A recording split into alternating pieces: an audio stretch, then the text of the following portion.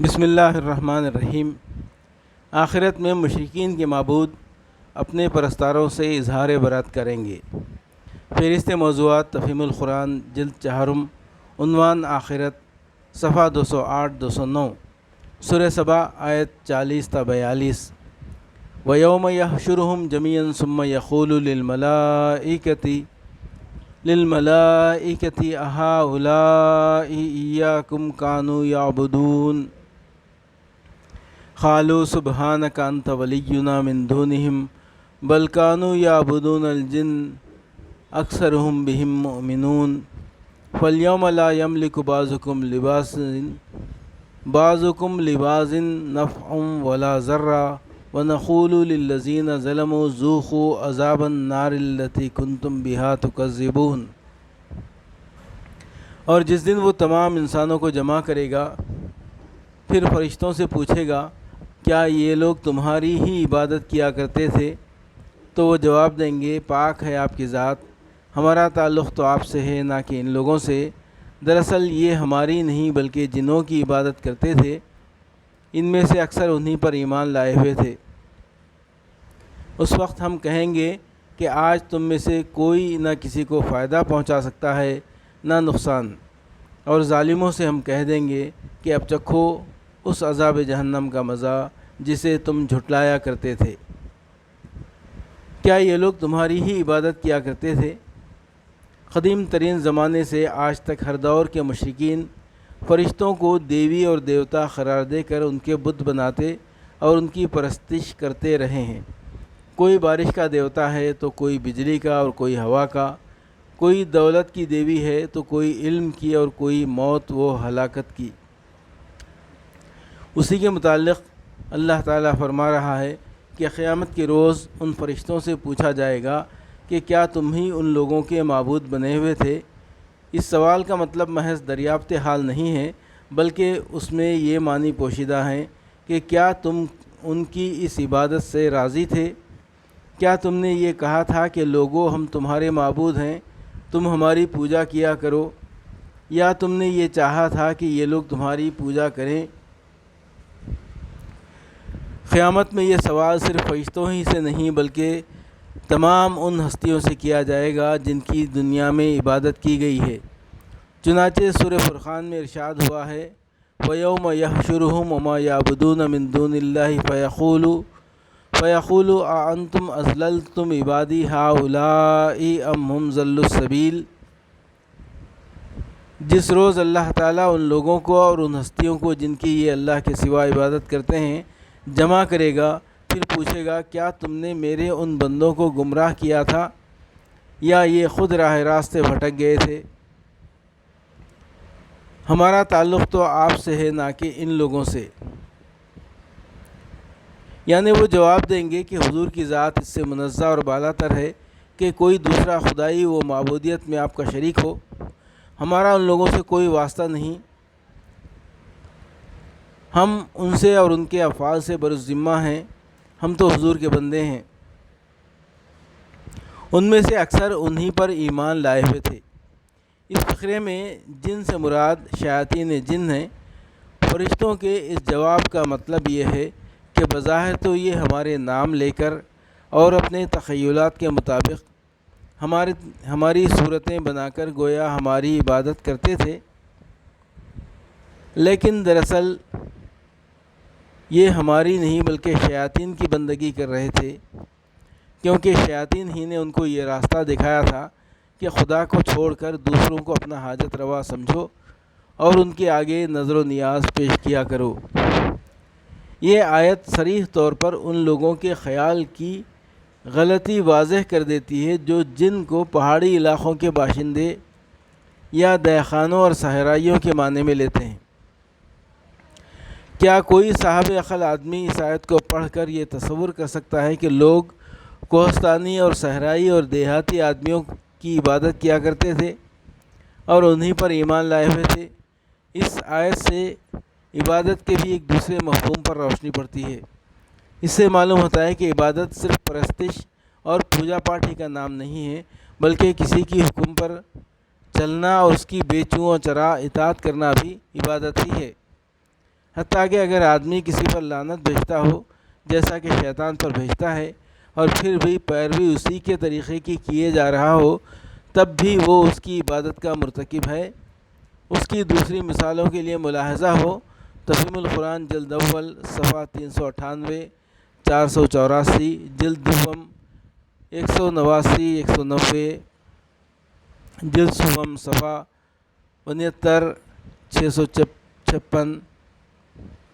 آخرت میں مشرکین کے معبود اپنے پرستاروں سے اظہار برت کریں گے۔ فہرست موضوعات تفہیم القرآن جلد چہارم، عنوان آخرت، صفحہ 226، 227، سورہ فاطر آیت 13-14۔ یولج اللیل فی النہار ویولج النہار فی اللیل وسخر الشمس والقمر کل یجری لأجل مسمی ذالکم اللہ ربکم لہ الملک والذین تدعون من دونہ ما یملکون من خطمیر ان تدعوہم لا یسمعوا تدعوہم ولو سمعوا ما استجابوا لکم ویوم القیامۃ یکفرون بشرککم ولا ینبئک مثل خبیر۔ وہ دن کے اندر رات کو اور رات کے اندر دن کو پیروتا ہوا لے آتا ہے، چاند اور سورج کو اس نے مسخر کر رکھا ہے، یہ سب کچھ ایک وقت مقرر تک چلے جا رہا ہے۔ وہی اللہ جس کے یہ سارے کام ہیں تمہارا رب ہے، بادشاہی اسی کی ہے۔ اسے چھوڑ کر جن دوسروں کو تم پکارتے ہو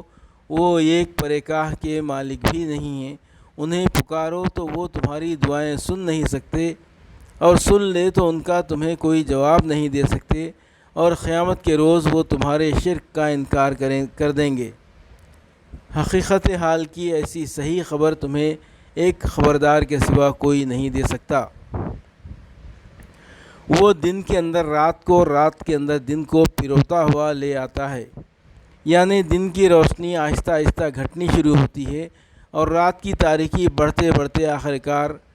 پوری طرح چھا جاتی ہے۔ اسی طرح رات کے آخر میں پہلے افق پر ہلکی سی روشنی نمودار ہوتی ہے اور پھر رفتہ رفتہ روز روشن نکل آتا ہے۔ چاند اور سورج کو اس نے مسخر کر رکھا ہے، یعنی ایک ضابطے کا پابند بنا رکھا ہے۔ اسے چھوڑ کر جن دوسروں کو تم پکارتے ہو وہ ایک پرکاہ کے مالک بھی نہیں ہے۔ اصل میں لفظ خطمیر استعمال کیا گیا ہے جس سے مراد وہ پتلی سی جھلی ہے جو کھجور کی گھٹلی پر ہوتی ہے، لیکن اصل مقصود یہ بتانا ہے کہ مشرکین کے معبود کسی حقیر سے حقیر چیز کے بھی مالک نہیں ہیں، اسی لیے ہم نے لفظی ترجمہ چھوڑ کر مرادی ترجمہ کیا ہے۔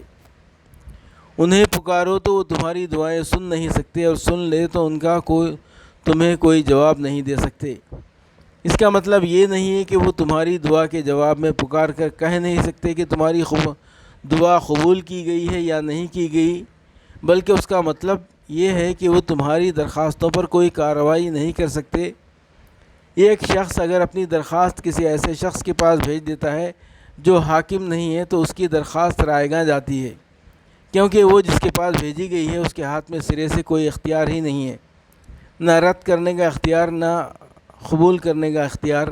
البتہ اگر وہی درخواست اس ہستی کے پاس بھیجی جائے جو واقعی حاکم ہو تو اس پر لازماً کوئی نہ کوئی کارروائی ہوگی، قطع نظر اس سے کہ وہ قبول کرنے کی شکل میں ہو یا رد کرنے کی شکل میں۔ اور قیامت کے روز وہ تمہارے شرک کا انکار کر دیں گے، یعنی وہ صاف کہہ دیں گے کہ ہم نے ان سے کبھی یہ نہیں کہا تھا کہ ہم خدا کے شریک ہیں، تم ہماری عبادت کیا کرو، بلکہ ہمیں یہ خبر بھی نہ تھی کہ یہ ہم کو اللہ رب العالمین کا شریک ٹھہرا رہے ہیں اور ہم سے دعائیں مانگ رہے ہیں۔ ان کی کوئی دعا ہمیں نہیں پہنچی اور ان کی کسی نظر و نیاز کی ہم تک رسائی نہیں ہوئی۔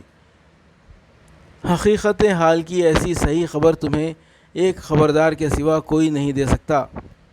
خبردار سے مراد اللہ تعالیٰ خود ہے، مطلب یہ ہے کہ کوئی دوسرا شخص تو زیادہ سے زیادہ عقلی استدلال سے شرک کی تردید اور مشرکین کے معبودوں کی بے اختیاری بیان کرے گا، مگر ہم حقیقت حال سے براہ راست باخبر ہیں۔ ہم علم کی بنا پر تمہیں بتا رہے ہیں کہ لوگوں نے جن جن کو بھی ہماری خدائی میں با اختیار ٹھہرا رکھا ہے وہ سب بے اختیار ہیں، ان کے پاس کوئی طاقت نہیں ہے جس سے وہ کسی کا کوئی کام بنا سکے یا بگاڑ سکے۔ اور ہم براہ راست یہ جانتے ہیں کہ قیامت کے روز مشرکین کے یہ معبود خود ان کے شرک کی تردید کریں گے۔ آخرت میں مشرکین کے معبود اپنے پرستاروں سے اظہار برت کریں گے۔ فہرست موضوعات تفہیم القرآن جلد 4 عنوان آخرت، صفحہ 603۔ ما خلقنا السماوات والارض وما بینہما الا بالحق واجل مسمى والذین کفروا عما انذروا معرضون قل ارأیتم ما تدعون من دون اللہ ارونی ماذا خلقوا من الارض ام لهم شرک فی السماوات ایتونی بکتاب من قبل هذا او اثارۃ من علم ان کنتم صادقین ومن اضل ممن يدعو من دون اللہ من لا يستجیب له الى یوم القیامۃ وهم عن دعائهم غافلون وإذا حشر الناس كانوا لهم أعداء وكانوا بعبادتهم کافرین۔ مگر یہ کافر لوگ اس حقیقت سے منہ موڑے ہوئے ہیں جس سے ان کو خبردار کیا گیا ہے۔ اے نبی ان سے کہو کبھی تم نے آنکھیں کھول کر دیکھا بھی ہے کہ وہ ہستیاں ہیں کیا جنہیں تم خدا کو چھوڑ کر پکارتے ہو؟ ذرا مجھے دکھاؤ تو صحیح کہ زمین میں انہوں نے کیا پیدا کیا ہے، یا آسمان کی تخلیق و تدبیر میں ان کا کیا حصہ ہے؟ اس سے پہلے آئی ہوئی کوئی کتاب یا علم کا کوئی بقیہ ان عقائد کے ثبوت میں تمہارے پاس ہو تو وہی لے آؤ اگر تم سچے ہو۔ آخر اس شخص سے زیادہ بہکا ہوا انسان اور کون ہوگا جو اللہ کو چھوڑ کر ان کو پکارے جو قیامت تک اسے جواب نہیں دے سکتے، بلکہ اس سے بھی بے خبر ہے کہ پکارنے والے ان کو پکار رہے ہیں، اور جب تمام انسان جمع کیے جائیں گے اس وقت وہ اپنے پکارنے والوں کے دشمن اور ان کی عبادت کے منکر ہوں گے۔ مگر یہ کافر لوگ اس حقیقت سے منہ موڑے ہوئے ہیں جس سے ان کو خبردار کیا گیا ہے، یعنی واقعی حقیقت تو یہ ہے کہ یہ نظام کائنات ایک بے مقصد کھلونا نہیں بلکہ ایک بامقصد حکیمانہ نظام ہے جس میں لازماً نیک و بد اور ظالم و مظلوم کا فیصلہ انصاف کے ساتھ ہونا ہے، اور کائنات کا موجودہ نظام دائمی و ابدی نہیں ہے بلکہ اس کی خاص عمر مقرر ہے جس کے خاتمے پر اسے لازماً درہم برہم ہو جانا ہے، اور خدا کی عدالت کے لیے بھی ایک وقت طے شدہ ہے جس کے آنے پر وہ ضرور قائم ہونی ہے۔ لیکن جن لوگوں نے خدا کے رسول اور اس کی کتاب کو ماننے سے انکار کر دیا ہے وہ ان حقائق سے منہ موڑے ہوئے ہیں۔ انہیں اس بات کی کچھ فکر نہیں ہے کہ ایک وقت ایسا آنے والا ہے جب انہیں اپنے اعمال کی جواب دہی کرنی ہوگی۔ وہ سمجھتے ہیں کہ ان حقیقتوں سے خبردار کر کے خدا کے رسول نے ان کے ساتھ کوئی برائی کی ہے، حالانکہ یہ ان کے ساتھ بہت بڑی بھلائی ہے کہ اس نے محاسبے اور باز پرس کا وقت آنے سے پہلے ان کو نہ صرف یہ بتا دیا کہ وہ وقت آنے والا ہے بلکہ ساتھ ساتھ بتا دیا کہ اس وقت ان سے کن امور کی باز پرس ہوگی تاکہ وہ اس کے لیے تیاری کر سکیں۔ آگے کی تقریر سمجھنے کے لیے یہ بات نگاہ میں رہنی چاہیے کہ انسان کی سب سے بڑی بنیادی غلطی وہ ہے جو وہ خدا کے متعلق اپنے عقیدے کے تعین میں کرتا ہے۔ اس معاملے میں سحر انگاری سے کام لے کر کسی گہرے اور سنجیدہ فکر و تحقیق کے بغیر ایک سرسری یا سنا سنایا عقیدہ بنا لینا ایک ایسی عظیم حماقت ہے جو دنیا کی زندگی میں انسان کے پورے رویے کو اور ابدالآباد تک کے لیے انجام کو خراب کر کے رکھ دیتی ہے۔ لیکن جس وجہ سے آدمی اس خطرناک سحر انگاری میں مبتلا ہو جاتا ہے وہ یہ ہے کہ وہ اپنے آپ کو غیر ذمہ دار اور غیر جواب دہ سمجھ لیتا ہے، اور اس غلط فہمی میں پڑ جاتا ہے کہ خدا کے بارے میں جو عقیدہ بھی میں اختیار کر لوں اس سے کچھ فرق نہیں پڑتا، کیونکہ یا تو مرنے کے بعد سرے سے کوئی زندگی نہیں ہے جس میں مجھے کسی باز پرس سے سابقہ پیش آئے، یا ایسی کوئی زندگی ہو اور وہاں باز پرس بھی ہو تو جن ہستیوں کا دامن میں نے تھام رکھا ہے وہ مجھے انجام بد سے بچا لیں گی۔ یہی احساس ذمہ داری کا فقدان آدمی کو مذہبی عقیدے کے انتخاب میں غیر سنجیدہ بنا دیتا ہے، اور اسی بنا پر وہ بڑی بے فکری کے ساتھ دہریت سے لے کر شرک کی انتہائی نامعقول صورتوں تک طرح طرح کے لغو عقیدے خود گھڑتا ہے یا دوسروں کے گھڑے ہوئے عقیدے قبول کر لیتا ہے۔ اس سے پہلے آئی ہوئی کوئی کتاب یا علم کا کوئی بقیہ ان عقائد کے ثبوت میں تمہارے پاس ہو تو وہی لے آؤ اگر تم سچے ہو۔ چونکہ مخاطب ایک مشرک قوم کے لوگ ہیں اس لیے ان کو بتایا جا رہا ہے